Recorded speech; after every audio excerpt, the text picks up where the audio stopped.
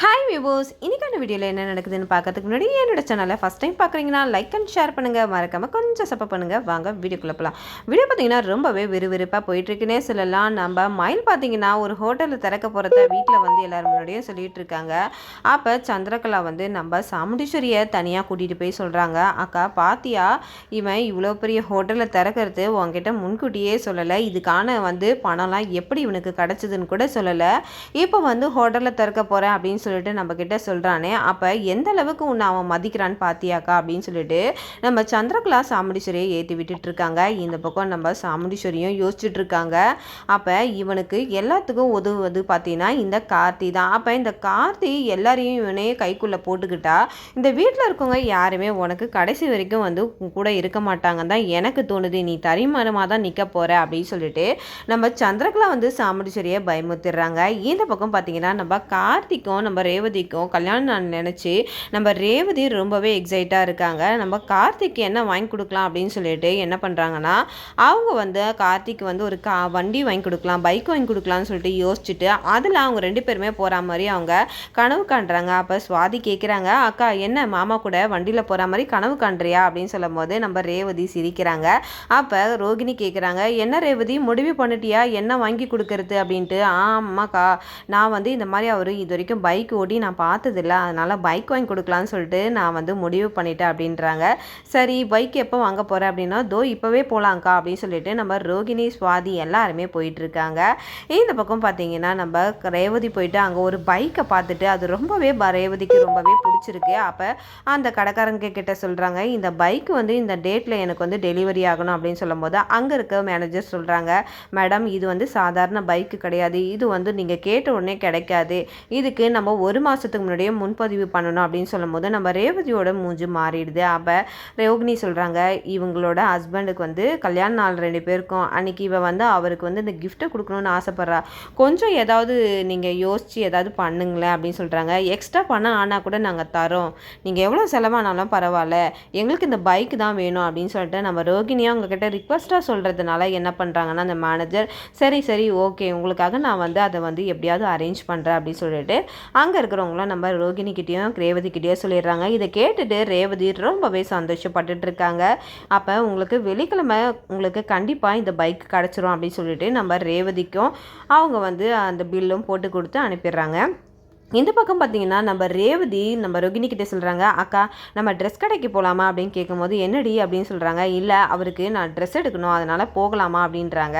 சரிவா அப்படியே உனக்கும் நீயே எடுத்துக்கோ அப்படின்னு சொல்லிட்டு ரோகிணியும் நம்ம ரேவதியும் ரொம்பவே சந்தோஷத்தோடு ஒரு ட்ரெஸ் கடவுளாக நுழையிறாங்க. அங்கே போனதுக்கப்புறம் நம்ம கார்த்திக்கு என்ன ட்ரெஸ் எடுக்கிறோம் அப்படின்னு சொல்லிட்டு ரொம்ப நேரமாக வந்து அந்த ட்ரெஸ்ஸை எடுத்து பார்த்துட்டு, அப்போ கார்த்திக்கு வந்து வேஷ்டி சட்டை எடுக்கணும் அப்படின்னு சொல்லிட்டு ரொம்பவே ஆசையோட நம்ம ரேவதியும் நம்ம கார்த்திக்கு வந்து ட்ரெஸ் வந்து செலக்ட் பண்ணிடுறாங்கன்னே சொல்லலாம். அதுக்கப்புறம் பார்த்தீங்கன்னா நம்ம ரேவதிக்கு ட்ரெஸ் எடுக்கிறதுக்காக மேலே இருக்கிற ஒரு ஃப்ளோருக்கு போகிறாங்க. அங்கே போனால் ரெண்டு பேர் இருக்காங்க. அந்த ரெண்டு பேர் ஆல்ரெடி என்ன பண்ணியிருக்காங்கன்னா, இந்த மாதிரி நிறைய லேடிஸ் வராங்க. அந்த லேடிஸ் வரவங்க அந்த ட்ரெஸ்ஸை போட்டு பார்க்கறதுக்காக அந்த ட்ரையல் ரூம் போகிறவங்களெல்லாம் இவங்க வந்து ஒரு கேமரா எடுத்து வச்சுக்கிட்டு அதை வீடியோவாக பதிவு பண்ணிக்கிறாங்க. அங்கே கேமரா வச்சுட்டு அதை வந்து போட்டு ரசித்து பார்த்ததும் இல்லாமல் பெரிய ஒரு டீமுக்கு வந்து அந்த வீடியோஸை வந்து சென்ட் பண்ணிடுறாங்க. அந்த டீம் என்ன பண்ணுறாங்கன்னா நெட்டில் போட்டுடுறாங்க. நெட்டில் போட்டுட்டு அது மூலிமா நிறைய காசு ஏர்ன் பண்ணுறாங்க. அந்த மாதிரி ஒரு பசங்க தான் இந்த ரெண்டு பசங்களுமே. இப்போ ரேவதி கிட்ட வந்து அந்த வேலையை காட்டணும் அப்படின்றதுக்காக அவங்க என்ன பண்ணுறாங்கன்னா ரேவதிக்கு ட்ரெஸ் எல்லாம் எடுத்து காட்டிட்டு இருக்காங்க. அப்போ ரேவதி வந்து ஒரு கிரீன் கலர் ட்ரெஸ்ஸை வந்து செலக்ட் பண்ணிடுறாங்க. அந்த ட்ரெஸ்ஸு போதும்க்கா எனக்கு நல்லா இருக்குது அப்படின்னு சொல்லிட்டு ரெண்டு பேருமே டிசைட் பண்ணிடுறாங்க. அப்போ நம்ம ரோகிணி சொல்கிறாங்க, இது உனக்கு அழகாக இருக்கும்டி அப்படின்னு சொல்கிறாங்க. ஆமாக்கா அப்படின்னா அப்போ அங்கே இருக்க பையன் சொல்கிறான், அந்த பையன் நீங்கள் இதை போய் ட்ரையல் பார்த்துருவாங்க மேம், உங்களுக்கு ஃபிட்டிங்காக இருக்கான்னு பார்க்கணும்ல அப்படின்றாங்க. அதுக்கு ரேவதி எவ்வளோ சொல்கிறாங்க, இல்லை எனக்கு இது கரெக்டாக தான் இருக்கும் எனக்கு தெரியும் அப்படின்றாங்க. அப்போ அந்த பையன் சொல்கிறது கேட்காம நீங்கள் ஒரு வாட்டி ட்ரையல் பார்த்துட்டு வாங்க, அப்புறம் உங்களுக்கு சைஸ் கரெக்டாக இல்லைன்னா கொஞ்சம் இதுவாகிடும், நீங்கள் வர வேண்டியதாகிடும் அப்படின்றாங்க. அதுக்கு ரோகிணிக்கும் சரிப்பட்டதுனால ரோகிணி சொல்கிறாங்க, அதுதான் சொல்கிறாங்கல்ல நீ போய் ட்ரையல் பார்த்துட்டு வாடி அப்படின்றாங்க. உடனே நம்ம ரோகிணி சொல்கிறதுனால நம்ம ரேவதியும் அந்த ரூமுக்கு போகிறாங்க. நம்ம ரேவதி யாருங்க, ரொம்பவே புத்திசாலி தானே, அதனால் அந்த ரூமுக்கு போயிட்டு அந்த ஷாலை கட்டி அந்த ஷாலை வைக்கிறதுக்காக ஒரு ஆங்கர் மாதிரி இருக்கிற இடத்துல வைக்க போனால் அங்கே கேமரா இருக்கிறத நம்ம ரேவதி பார்த்துட்டு ரொம்பவே அதிர்ச்சி ஆகிடுறாங்க. அதிர்ச்சியானது இல்லாமல் அவங்களுக்கு ஒரு மாதிரி படபடன்னு ஆகிடுது. அதுக்கப்புறம் அவங்க யோசிக்க ஆரம்பிக்கிறாங்க, யோசிக்கிறாங்க, இதுக்குள்ளே கேமரா இருக்கே அப்படின்னு சொல்லிட்டு அந்த லைட்டெல்லாம் ஆஃப் பண்ணிவிட்டு அவங்க ஒரு ஃபோனில் ஒரு இது வச்சுருக்காங்க ஆப், அது மூலயமா பார்க்குறாங்க. அது கன்ஃபார்ம் ஆகிடுது. அதுக்கப்புறம் என்ன பண்ணுறாங்கன்னா, வெளியில் வரத்துக்கு முன்னாடி அவங்களோட ஃபோனை அந்த ட்ரெஸ்ஸுக்கு முன்னாடி மறைச்சி வச்சுட்டு அந்த ஷாலை அவங்க வச்ச கேமராவில் மறைச்சிட்றாங்க. அப்போ அந்த பசங்க போயிட்டு இந்த பொண்ணு உள்ளே போனதுனால நம்ம போய் அந்த வீடியோ பார்க்கலான்னு சொல்லிட்டு ரொம்பவே ஆர்வமாக போகிறாங்க. அவங்களோட ஃபோனையும் ஓப்பன் பண்ணி பார்க்குறாங்க. அந்த வீடியோ வரவே இல்லை. என்னடா ஆச்சு, ஃபோனில் வீடியோவே வரல, இதுக்கு முன்னாடி அந்த பொண்ணு மாற்றும் போது எல்லா வீடியோவும் கிளியராக வந்தது, இது ஏன் வரலன்னு சொல்லிட்டு அவங்களுமே ரொம்பவே குழப்பத்தில் இருக்காங்க. அப்போ நம்ம ரேவதி ரொம்பவே புத்திசாலித்தனமாக, எவ்வளோ வந்து பதட்டத்தில் இருந்தாலும் அவங்க புத்திசாலித்தனமாக அந்த இடத்துல செயல்படுறாங்கன்னே சொல்லலாம். அப்போ அங்கே அவங்களோட கேமரா அவங்களோட ஃபோனை வந்து வீடியோ ஆன் பண்ணி வச்சுட்டு வெளியில் வந்துடுறாங்க. வந்ததுக்கப்புறம் ரோகிணியை பார்த்துட்டு ரொம்பவே அதிர்ச்சியாக இருக்காங்க. அப்போ ரோகிணி கேட்குறாங்க, என்ன ரேவதி ஒரு மாதிரி படபடன்னு இருக்க, வேர்வெல்லாம் நிறைய ஊற்றிருக்கு, என்ன ஆச்சு அப்படின்னு கேட்கும்போது, அக்கா உனக்கு ஒன்று தெரியுமாக்கா, அந்த ட்ரையல் ரூமில் ஒரு கேமரா வச்சுருக்காங்க அக்கா, யாரெல்லாம் ட்ரெஸ் மாற்றுறாங்களோ அந்த கேமரா மூலயமா அவங்க வந்து பதிவாவாங்க அப்படின்னு சொல்லும்போது இதை கேட்டுட்டு ரோகிணி ரொம்பவே அதிர்ச்சி ஆகிட்டு, என்ன ரேவதி சொல்கிற அப்படின்றாங்க. ஆமாக்கா எனக்கு ரொம்ப பயமாக இருக்குது அப்படின்றாங்க. சரி சரி வா நம்ம யாரையாவது கூப்பிடலாம், யாரையும் கூப்பிட தேவையில்லக்கா, எப்படி இதை கண்டுபிடிக்கிறது அப்படின்னு சொல்லிட்டு சொல்லும்போது நம்ம ரோகிணி கிட்ட நம்ம ரேவதி சொல்கிறாங்க, நான் ஃபுல்லாக வந்து ஃபோன் வச்சுருக்கேன், என்னோடய ஃபோனை ஆன் பண்ணி தான் வச்சுருக்கேன், இதுக்குள்ளே யார் போயிட்டு அதை செக் பண்ணுறாங்களோ அவங்க தாங்க்கா இதுக்கான ஆள் அப்படின்னு சொல்லிட்டு சொல்கிறாங்க. அப்போ தான் அந்த பையன் அந்த ட்ரையல் ரூமில் போகிறான்.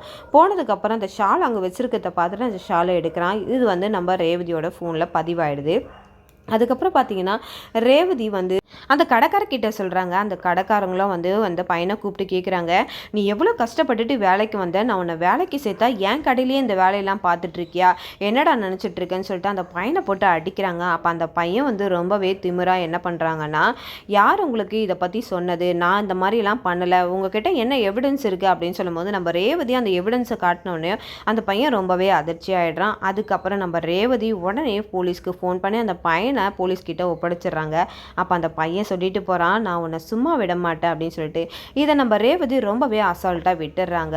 அப்போ தான் நம்ம ரேவதி மறுநாள் வந்து வீட்டுக்கு வந்ததுக்கப்புறம் அந்த பையன் வந்து சின்ன ஒரு விஷயமாக தான் செய்கிறதான் நினச்சி நம்ம ரேவதி வந்து நினச்சிட்டு இருக்காங்க. அவன் ஒரு பெரிய மாஃபியா கும்பலில் வந்து ஈடுபட்டிருக்கான்றதே நம்ம ரேவதிக்கு தெரியாதனால அவங்க இதை யோசிக்காமையே செஞ்சுட்டாங்கன்னே சொல்லலாம். வீட்டுக்கு வந்தது கார்த்திக்கிட்ட எல்லாத்தையும் சொல்கிறாங்க.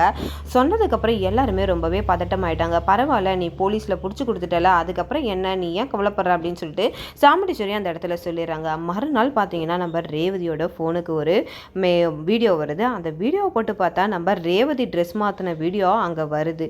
அப்போ தான் நம்ம ரேவதி ரொம்பவே ஷாக் ஆகிடுறாங்க. அப்போ அங்கேருந்து ஒரு கால் வருது. அந்த கால் பார்த்தீங்கன்னா கால் பண்ணி சொல்கிறாங்க, நீ இந்த மாதிரி ஒரு ஆளை நீ பிடிச்சி கொடுத்துடல, இதனோட விளைவு தான் இது, உனக்கு தெரியாதுல்ல, நாங்கள் அங்கே மட்டும் தான் கேமரா வச்சுருக்கோம் நீ நினச்சிட்ருக்க, ஆனால் நாங்கள் அதுக்கு மேலே நாங்கள் யோசித்து பண்ணுவோம், இதெல்லாம் பண்ணுறவங்க நாங்கள் யோசிக்க மாட்டோமா அப்படின்னு சொல்லிட்டு நம்ம ரேவதிக்கு ஒரு கால் மூலயமா ஒரு ஆள் பேசுனாங்க.